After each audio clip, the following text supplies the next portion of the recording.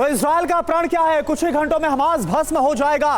Benny Gantz का जो बयान है उसके मायने समझने की कोशिश हम करते हैं। तो आप जरा जानिए, अब हमास नेताओं की बारी है।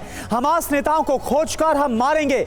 दुनिया में कहीं पर भी अगर ये छिपे होंगे तो उन्हें बख्शा नहीं जाएगा, छोड़ा नहीं जाएगा, बेनी गैंट्स ने कहा। आप जानिए कि आखिर कौन है बेनी गैंट्स। वॉर कैबिनेट में है ये और उनकी तरफ से ये बहुत बड़ा बयान दिया गया है। संजय सोई सर, सवाल मेरा आपसे है, ये बताइए बेनी गैंट्स की तरफ से ये जो बयान दिया गया, क्या इसके मायने? क्योंकि कह रहे हैं कि बहुत जल्द ही हमास का खात्मा होगा, लेकिन दूसरी तरफ यह भी कहा जा रहा है कि युद्ध 1 साल तक भी चल सकता है। हमास भी एक बड़ी रणनीति के तहत तैयार है। नहीं, ऐसा है कि युद्ध जल्दी खत्म करने बहुत जरूरी है कि इनके लीडर्स को खत्म किया जाए। मिडिल लेवल के बहुत से लीडर्स को मारा जा चुका है। तकरीबन 55-60 के लीडर्स जो हैं गाजा के युद्ध में मारे गए, कंपनी कमांडर, ब्रिगेड कमांडर, इस तरह के लीडर। लेकिन अब देखा जाए एक सिनवार बचा हुआ है और एक हानिया बचा हुआ है। सिनवार जो तो गाजा में ही है, उसको ढूंढने की कोशिश हो रही है, उसको किस प्रकार से खत्म किया जाए। और दूसरी बात है हानिया, ये दुनिया में कहीं भी होंगे इनको खत्म किया जाएगा। अब इनको डर बैठ जाएगा और ज़्यादा।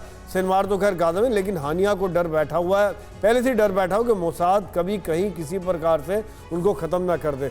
तो ये अगर ये ख़त्म हो जाते तो बाकी लड़ाके तो यंग लड़ाके हैं, 14 साल, 16 साल, 18 साल, 20 साल, उनको इतना अनुभव नहीं है कि युद्ध को किस प्रकार से आगे ले जाएं।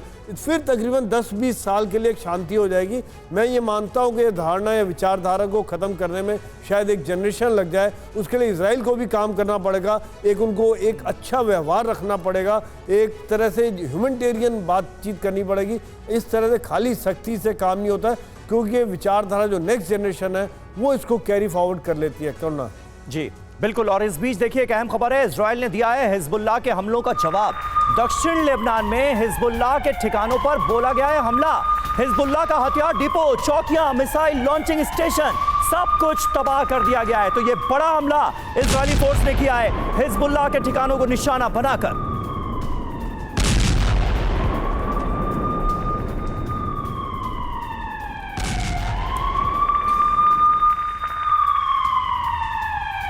और देखिए एक और बड़ी खबर, नेतन्याहू की हमास को सख्त चेतावनी। हमास के खात्मे के लिए कहीं पर भी जाएंगे। जिकिम में सैनिकों से मुलाकात करते दौरान नेतन्याहू ने यह बयान दिया, हम हार नहीं मानेंगे, बंधकों को वापस छुड़ा कर लाएंगे। ये देखिए तस्वीरें भी आपके सामने, जब सेना के बीच पहुंचे और उनसे मुलाकात की।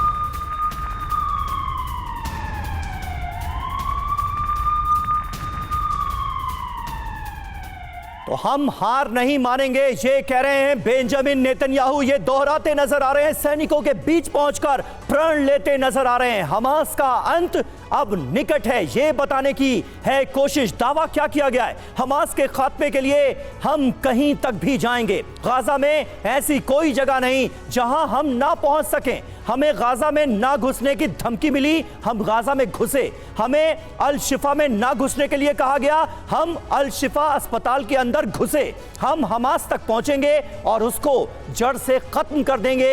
ये एक बार फिर नेतन्याहू ने अपना दावा दोहराया है। और इसके साथ ही जवानों के बीच जब पहुंचे नेतन्याहू तो क्या बात कही गई है।